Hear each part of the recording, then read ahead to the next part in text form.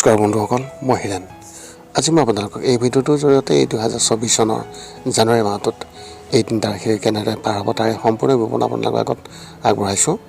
প্ৰথমে মোৰ চেনেলটো আপোনালোকে ছাবস্ক্ৰাইব কৰি ল'ব, যাতে মোৰ পিছৰ ভিডিঅ'বিলাক সহজে লাভ কৰিব পাৰে। লগতে মোৰ ভিডিঅ' যদি ভাল লাগে তেনে লাইক আৰু শ্বেয়াৰ কৰিব, কমেণ্ট কৰি আপোনালোকৰ মনৰ ভাৱ প্ৰকাশ কৰিব। এতিয়া আহোঁ মূল বিষয়লৈ। এই মাহটোত আপোনাৰ পাৰিবাৰিক জীৱনৰ ক্ষেত্ৰত এনেধৰণৰ আপোনাৰ পৰিয়ালৰ সদস্যসকলৰ মাজত এখন সভা অনুষ্ঠিত হ'ব আৰু আপোনাৰ পুৰণি কিবা এটা বিষয়ে গম্ভীৰভাৱে আলোচনা হ'ব। ইয়াত আপোনাৰ চিন্তাও গুৰুত্বপূৰ্ণ হ'ব আৰু সকলোৱে ইয়াক মনোযোগেৰে শুনিব। সমাজত সন্মান বৃদ্ধি পাব আৰু সকলোৱে আপোনাক সন্মান কৰিব। আপোনাৰ পৰিয়ালৰ সদস্যসকলেও আপোনাৰ সৈতে সুখী দেখা যাব। যিকোনো বন্ধুৰ সম্পৰ্ক নিশ্চিত কৰিব পাৰি। আপুনি তেওঁলোকৰ বিয়ালৈ নিমন্ত্ৰণো পাব। ঘৰত সকলো শান্তিপূৰ্ণ হ'ব আৰু কোনো ধৰণৰ সমস্যা নহ'ব। ব্যৱসায় আৰু চাকৰিৰ ক্ষেত্ৰত এনেধৰণৰ এই মাহটোৱে ব্যৱসায়ৰ ক্ষেত্ৰত শুভ ফলাফল দিব। এই সময়ছোৱাত আপোনাৰ নতুন ব্যৱসায় কৰাৰ বা আগৰ ব্যৱসায় বৃদ্ধি কৰাৰ ধাৰণা থাকিব আৰু আপুনি ইয়াক লৈও উৎসাহিত হ'ব। বজাৰত আপোনাৰ প্ৰতিযোগীসকলৰ পৰা সাৱধান হ'ব, কিয়নো তেওঁলোকে আপোনাক অসৎ কৰিবলৈ চেষ্টা কৰিব। যদি আপুনি এটা কাম কৰে তেন্তে তাৰ পৰা কামৰ বোজা হ্ৰাস হ'ব। ইয়াৰ বাবে আপুনি আপোনাৰ বেছিভাগ সময় পৰিয়াল বা ব্যক্তিগত কামত দিব পাৰিব। চৰকাৰী বিষয়াসকলে এই মাহত তেওঁলোকৰ কামত কম মনোযোগ দিব আৰু আন কোনো বিষয়ত বিশেষভাৱে জড়িত হ'ব। শিক্ষা আৰু কেৰিয়াৰ ক্ষেত্ৰত এনেধৰণৰ যদি আপুনি উচ্চ শিক্ষা প্ৰাপ্ত কৰাৰ বাবে পৰীক্ষাৰ বাবে প্ৰস্তুতি চলাই আছে তেন্তে এই মাহত কোনোবাই এনে এজন ব্যক্তিৰ দ্বাৰা নিৰ্দেশিত হ'ব যি পিছত অতি উপযোগী হ'ব। যদি আপুনি চাকৰি এটা বিচাৰি আছে তেন্তে আপুনি এই মাহত 2 পৰা 3টা সাক্ষাৎকাৰ পাব, কিন্তু সফল নহ'ব। এনে পৰিস্থিতিত নিৰাশ হোৱাৰ পৰিৱৰ্তে তেওঁলোকৰ পৰা শিকিবলৈ চেষ্টা কৰক। আপুনি উন্নত ফলাফল পাব।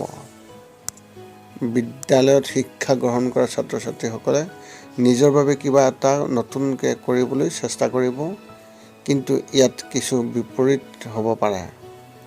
গতিকে আগতীয়াকৈ সাৱধান হ'ব আৰু ভুল কোম্পানীৰ বন্ধুবৰ্গৰ পৰা দূৰত থাকিব। প্ৰেমৰ ক্ষেত্ৰত এনেধৰণৰ যদি আপুনি কিছু সময়ৰ বাবে কাৰোবাৰ সৈতে প্ৰেমৰ সম্পৰ্কত আছে তেন্তে এই মাহত আপোনাৰ পৰিয়ালৰ সদস্যসকলে আপোনাৰ সম্পৰ্কৰ বিষয়ে জানিব পাৰিব।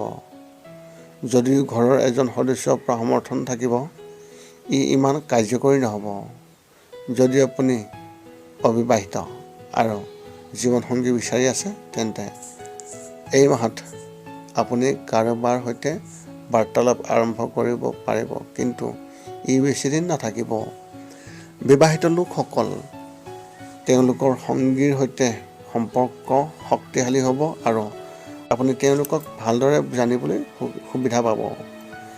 যদি কেইদিনমানৰ পৰা আপোনাৰ মনত কিবা এটা আছে আৰু আপুনি সেইবোৰ ক'ব পৰা নাই, তেনেহ'লে এই মাহত তেওঁলোকক কওক। দুয়োৰে মাজত পাৰস্পৰিক বুজাবুজি বৃদ্ধি হ'ব। স্বাস্থ্যৰ ক্ষেত্ৰত এনেধৰণৰ মাহটোৰ আৰম্ভণি খুবেই ভাল হ'ব, কিন্তু মাহটোৰ মাজভাগত আপোনাৰ পেট সম্পৰ্কীয় সমস্যাবোৰে আমনি কৰিব, যেনে বদহজম, কোষ্ঠকাঠিন্যতা, গেছ গঠন, ডায়েৰিয়া ইত্যাদি। অৱশ্যে যদি আপুনি ঘৰত বনোৱা পুষ্টিকৰ খাদ্য গ্ৰহণ কৰে তেন্তে সকলো ঠিক হৈ যাব। মানসিকভাৱে মনত কিবা এটা বিষয়ে চিন্তা থাকিব। এনে কিবা এটা থাকিব যিটো আপুনি কাৰো সৈতে ভাগ বতৰা কৰিব নোৱাৰিব আৰু ই আপোনাৰ মনত আমনি কৰিব। এনে পৰিস্থিতিত আপুনি সেই বস্তুটো কাৰোবাৰ সৈতে ভাগ বতৰা কৰিব পাৰিলে ভাল হ'ব। আপোনাৰ এই মাহত শুভ সংখ্যা হিচাপে 5 আৰু শুভ ৰং হিচাপে আপুনি এই মাহত হালধীয়া ৰং ব্যৱহাৰ কৰিব পাৰে। আপোনাৰ এই মাহত পাৰিবাৰিক জীৱনৰ ক্ষেত্ৰত এনেধৰণৰ এই মাহত আপোনাৰ পৰিয়ালটোৰ অৱস্থা ভাল হ'ব আৰু কিবা এটা বিষয়ে সুখ থাকিব। আপুনি আপোনাৰ ঘৰত কিছু পৰিৱৰ্তন কৰাৰ কথাও ভাবিব পাৰে। আপোনাৰ ঘৰৰ বস্তুৰ যত্ন লওক, অন্যথা পিছত সমস্যা হ'ব। যদি ঘৰৰ এজন সদস্যই কিছু সময়ৰ পৰা চাকৰি বিচাৰি আছে, তেন্তে তেওঁ এই মাহত এটা চাকৰি পাব পাৰে। বন্ধুবৰ্গৰ সৈতে সম্পৰ্ক শক্তিশালী হ'ব আৰু এজন বন্ধুৰ পৰা সমৰ্থন লাভ কৰিব। আপোনাৰ পৰিয়ালৰ সদস্যসকলেও আপোনাৰ সৈতে বন্ধুজনৰ দ্বাৰা প্ৰভাৱিত হ'ব আৰু তেওঁক প্ৰশংসা কৰিব। ঘৰত সকলো ঠিকেই থাকিব আৰু সকলোৰে মাজত প্ৰেম বাঢ়িব। ব্যৱসায় আৰু চাকৰিৰ ক্ষেত্ৰত এনেধৰণৰ, যদি যোৱা কেইমাহমানৰ পৰা ব্যৱসায়ত লোকচান হয় বা আপুনি আকাংক্ষিত লাভ নাপায়, তেনেহ'লে এই মাহত সেই সমস্যাটো দূৰ কৰা হ'ব।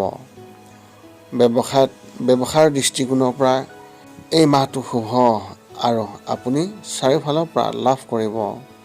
যদি ক'ৰবাত টকা বিনিয়োগ কৰা হয়, তেন্তে আপুনি তাৰ পৰাও টকা লাভ কৰিব।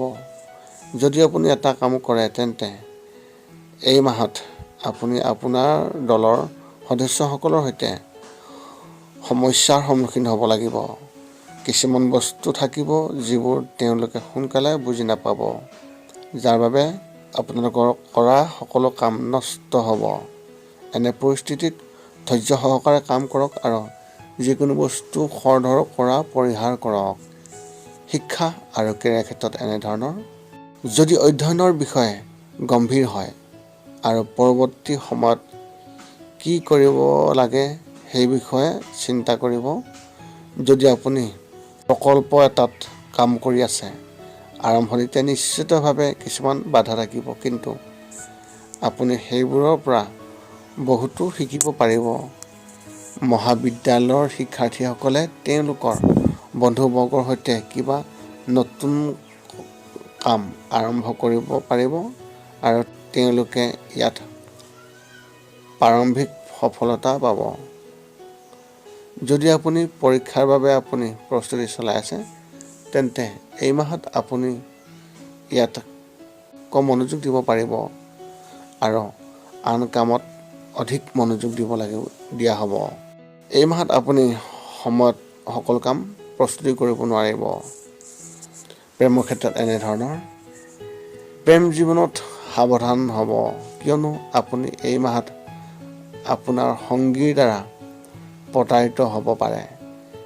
এজন বন্ধুৱে আপোনাৰ সম্পৰ্কত বিভেদ সৃষ্টি কৰিবলৈ চেষ্টা কৰিব, আপুনি পিছত জানিব পাৰিব। যদি আপুনি অবিবাহিত আৰু জীৱনসংগী বিচাৰি আছে, তেন্তে এই মাহত এজন বন্ধুৰ আকৰ্ষণ অনুভৱ কৰিব। বিবাহিত জীৱন সুখী হ'ব আৰু কোনো ধৰণৰ সমস্যা নহ'ব। যদি আপুনি মাহৰ তৃতীয় সপ্তাহত আপোনাৰ পত্নীৰ বাবে বিশেষ কিবা কৰিবলৈ চেষ্টা কৰি আছে, আপুনি উন্নত ফলাফল পাব। যদি সম্পৰ্কটো চলি আছে, তেন্তে তাৰ পৰা কিছুমান বাধা থাকিব পাৰে আৰু বিষয়টো সমাপ্ত হ'ব। স্বাস্থ্যৰ ক্ষেত্ৰত এনেধৰণৰ, মাহটোৰ আৰম্ভণিতে চকুৰ সৈতে সম্পৰ্কীয় সমস্যাবোৰে আপোনাক আমনি কৰিব। আনহাতে দ্বিতীয় সপ্তাহত কষ্ট সম্পৰ্কীয় সমস্যা হ'ব। ইয়াক এৰাই চলিবলৈ যদি আপুনি ভ্ৰমন্তি প্ৰাণায়াম কৰে, আপুনি উন্নত ফলাফল পাব। দিনত এবাৰ ঠাণ্ডা পানীৰে চকু ধুবলৈ অভ্যাস কৰিব। যদিও এইটো শীতকাল, আপুনি যদি ঠাণ্ডা পানীৰে চকু ধুৱে, তেন্তে আপুনি যথেষ্ট শুভ ফল লাভ কৰিব।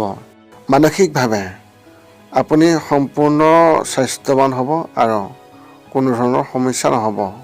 মন শান্ত হৈ থাকিব আৰু মানসিক শান্তি অনুভৱ কৰা হ'ব। নতুন চিন্তাবোৰ মনত অন্তৰ্ভুক্ত কৰা হ'ব আৰু আপুনি উদ্যমী অনুভৱ কৰিব।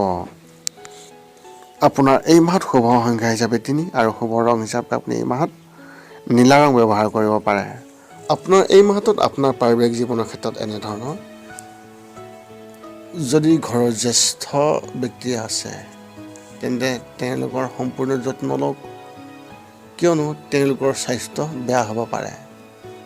যদি তেওঁলোকৰ ইতিমধ্যে গুৰুতৰ ৰোগ হৈ আছে, তেন্তে চিকিৎসকৰ সৈতে যোগাযোগ ৰাখিব আৰু সময়ে সময়ে পৰীক্ষা কৰাৰ যত্ন কৰিব লাগিব। তেতিয়া পিছত কোনো সমস্যা নহ'ব। আপুনি আপোনাৰ সন্তানৰ বিষয়ে আশাবাদী হ'ব আৰু তেওঁলোকে কোৱা কিবা এটাই আপোনালোকক সুখী কৰিব। আপুনি তেওঁলোকৰ ভৱিষ্যতৰ সৈতে সম্পৰ্কীয় যিকোনো দৃঢ় সিদ্ধান্ত ল'ব পাৰে, যি ভৱিষ্যতে অতি উপযোগী হ'ব। সমাজত আপোনাৰ বিষয়ে এক ইতিবাচক অনুভৱ হ'ব আৰু সন্মান বৃদ্ধি হ'ব।